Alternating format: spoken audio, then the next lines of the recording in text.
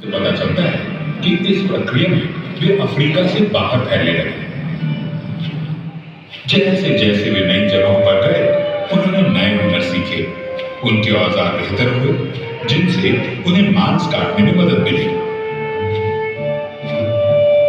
अधिक धूप वाले खुले वातावरण में उनके बाल कम घने होने लगे। शिकार तक तुरंत पहुंचने के लिए उन्होंने दौड़ना सीख लिया। शरीर को ठंडा रखने के लिए उन्हें पसीने आने लगे, क्योंकि उनमें अन्य जानवरों की तुलना में ज्यादा ग्रंथियां थी। कुछ साक्ष्यों के अनुसार शायद वे आग का इस्तेमाल भी करते थे और उनके दिमाग बढ़ते हुए लगभग आज के हमारे मस्तिष्क के आकार के हो गए। लगभग 7 लाख साल पहले अफ्रीका में एक नया समूह विकसित हुआ, जिसे हम होमो हाइडेलबर्गेंसिस या हाइडेलबर्गमैन कहते हैं। उनके शरीर अधिक बड़े और मांसपेशियों वाले थे, ताकि वे विभिन्न जलवायु में रह सकें। अब वे सिर्फ मरे हुए जानवर ही नहीं खाते थे, बल्कि खुद भी शिकार करने लगे। मामूली औजारों की जगह हाथ की कुल्हाड़ियों ने ले ली। वे पत्थर की नुकीली नोक और धारदार चाकू बनाना जान गए, और शायद लकड़ी के भाले भी। एवोल्यूशन यानी उद विकास की प्रक्रिया पहले की तरह जारी रही। हजारों सैकड़ों सालों के दौरान हमारे पूर्वज अफ्रीका के बाहर यूरोप और एशिया में ठहरे। होमो हाइडेलबर्गेंसिस से कई नई संबंधित प्रजातियां विकसित हुई। उनकी शारीरिक विशेषताएं एक समान थी, लेकिन उनमें से कोई भी आधुनिक मानव की तरह नहीं था। इन प्रजातियों में हम सबसे ज्यादा होमो निएंडरथालेंसिस यानी निएंडरथाल के बारे में जानते हैं, जो हमारे सबसे करीबी विलुप्त रिश्तेदार हैं। उनके शरीर छोटे और गठीले थे, और वे ठंड सह सकते थे। उनके कंधे चौड़े, हाथ छोटे और नाक काफी बड़े थे। वे आदिम पोशाक पहनते थे। वे पहले से बेहतर औजारों का इस्तेमाल करते थे और पत्थर काटने से पहले औजार का आकार तय कर लेते थे। वे शायद किसी आदिम भाषा में बातचीत करते थे। और सबसे महत्वपूर्ण बात यह कि उन्होंने आग जलाना और उसका इस्तेमाल करना सीख लिया था। हमारे पास निएंडरथाल के समय के पुरातत्विक प्रमाण ज्यादा है। निएंडरथाल की जीवाश्मिक हड्डियों के फ्रैक्चर और जख्मों से हमें पता चलता है कि इनके जीवन मुश्किल भरे थे। लेकिन ऐसे भी उदाहरण हैं जिनसे पता चलता है कि उनकी उम्र लंबी भी हुआ करती थी। निएंडरथाल और उनसे संबंधित प्रजातियों का लाखों साल तक अफ्रीका के बाहर दबदबा था। वे यूरोप से इंडोनेशिया तक अलग अलग वातावरण को सहते हुए सफलतापूर्वक रह सकते थे। लगभग 60,000 साल पहले अफ्रीका में विकसित एक नई प्रजाति बाहर फैलने लगी। ये पहले आधुनिक मानव थे, जिन्हें हम होमो सैपियंस कहते हैं। कुछ समय तक ये विभिन्न प्रजातियां साथ साथ रहीं। हमारे पास साक्ष्य है कि वे संकरित थे और विचारों का आदान प्रदान करते थे, जैसे गहने बनाने और इन्हें पहनने के तरीकों के बारे में। उन्होंने पोशाक के लिए जानवर की खाल का इस्तेमाल किया होगा।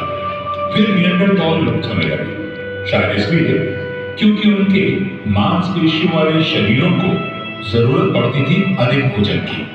आधुनिक मनुष्य लंबे लेकिन कम वजन के थे। उनके बच्चे देर से व्यस्त होते थे, इससे उन्हें विकसित होने और सीखने के लिए ज्यादा समय मिलता था। उनमें चिंतन की क्षमता आ गई थी। वे निएंडरथाल की तुलना में बेहतर तरीके से शिकार और भोजन इकट्ठा कर सकते थे। उन्होंने हैंडल युक्त औजार, बेहतर भाले, छेद वाली सुई, हापुड़ और गहने बनाए। वे ठंडे मौसम में अनुकूल कपड़े पहनने लगे और पहली बार जूते का इस्तेमाल भी किया। उन्होंने प्रजनन के प्रतीक में महिलाओं की मूर्तियों की नक्काशी की, गुफाओं में चित्र बनाए और हाथी के दांतों या चिड़ियों की हड्डियों से बांसुरी बनाई। उन्होंने आग का अधिकतम प्रयोग और नियंत्रण करना सीखा। आदिम चूहों के पुरातात्विक खोजों से हमें पता चलता है कि वे पारिवारिक समूहों में रहते थे।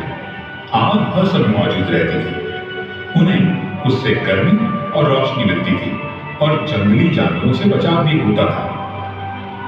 उन्होंने ऐसी स्थितियां बनाई ताकि वे अपनी दुनिया के बारे में ज्यादा जान सकें। जीवन के बाद क्या होता है, ये होमो सैपियंस के लिए बड़ा सवाल था।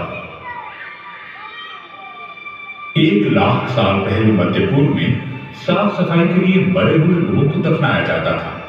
हो सकता है अन्य क्षेत्रों में मुर्दों को जलाया जाता होगा, जिस कारण पुरातत्वविदों के पास इसकी कोई सबूत नहीं है। तकरीबन 40,000 साल पहले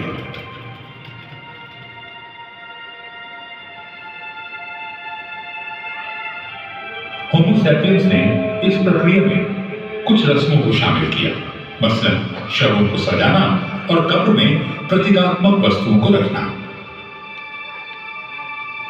लगभग 10,000 साल पहले मानव इतिहास में एक नया अध्याय खुला, कृषि और पालतू जानवरों के साथ बसा हुआ मानव समुदाय। इस समय से हमें मिट्टी के बर्तनों के सबूत मिले हैं जो खाना पकाने और उसे रखने के लिए इस्तेमाल होते थे।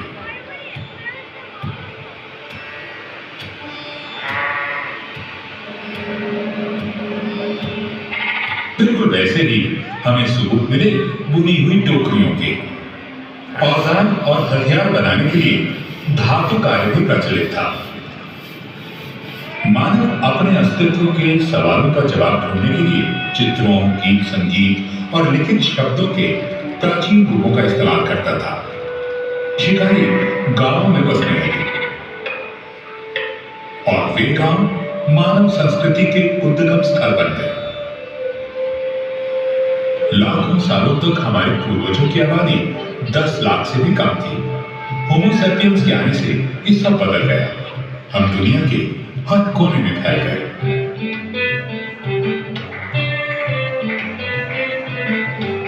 जैसे जैसे मानव आबादी बढ़ती और फैलती गई, स्थानीय समूह विकसित हुए और जैविक विविधता बढ़ी।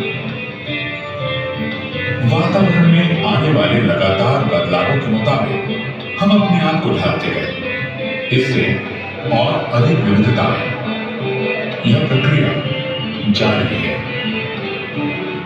मानव जाति निरंतर बदलाव की राह पर बढ़ रही है।